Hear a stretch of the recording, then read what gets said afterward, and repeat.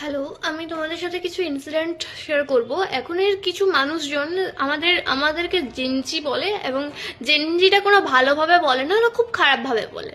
তো আমি একটা জিনিস দেখছি যে জেনজির সব মানুষ খারাপ নয়। ইভেন 70 থেকে 75 to 80% জেনজি মেয়েদেরকে সম্মান করে। ওরকম আড্ডা মারা বুড়ো লোকগুলো সেসব করে না। আমার একটা ইনসিডেন্ট বলি। আমি এখন থাকি হচ্ছে বাঁকুড়ায়। বাঁকুড়া থেকে আমার বাড়ি রায়পুর।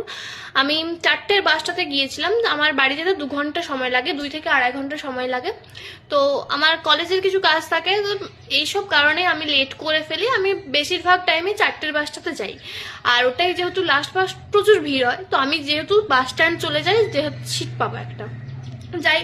তো ওই বাসটা তালডাংরা পেরোনোর পর, কিংবা রতনপুর নয়, ওই কিছু সিমলাপাল পর্যন্ত পেরোনোর পর পর্যন্ত মানে ফাঁকা হয়ে যায়, প্রায় ফাঁকা হয়ে যায়। তো সেদিনই হচ্ছে ফাঁকা হয়ে গিয়েছিল বাসটা। খুব ফাঁকা নয়, প্রত্যেকটা সিটে মানুষ বসেছিল, কেউ দাঁড়িয়ে ছিল না। ইভেন 3 থেকে 4টা সিট ফাঁকা ছিল। আমি বসেছিলাম জানলার পাশের সিটে, আর আমার পাশে একটা সিট ফাঁকা আছে, তার আগের সিটটাও ফাঁকা আছে, তার আগের সিটও ফাঁকা আছে।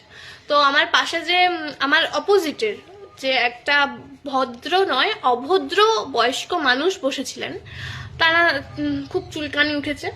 এবার বলি, ঠিক আছে, আমি যখন বাড়ি যাই, আমি কিছু জিনিস নিয়ে যাই। আমি দুটো ব্যাগ হয়, আমার স্কুল ব্যাগ, আর মানে একটা ব্যাগ যেটা স্কুল ব্যাগেই সবাই বলে সেটা, আর একটা নর্মাল ব্যাগ যেটা অনেক বড়, আর আমার কিছু পারফিউম, আমি শ্যাম্পু আমার কিছু কাঁচের জিনিস থাকে যেটা ভেঙে যেতে পারে চাপ দেওয়ার ফলে।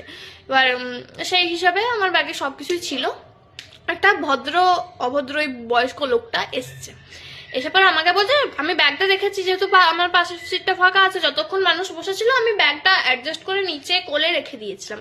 তো যেখানে দেখছি উঠে গেছে, প্রায় অনেক সিট ফাঁকা আছে, তো আমি সেখানে ব্যাগটা রাখি।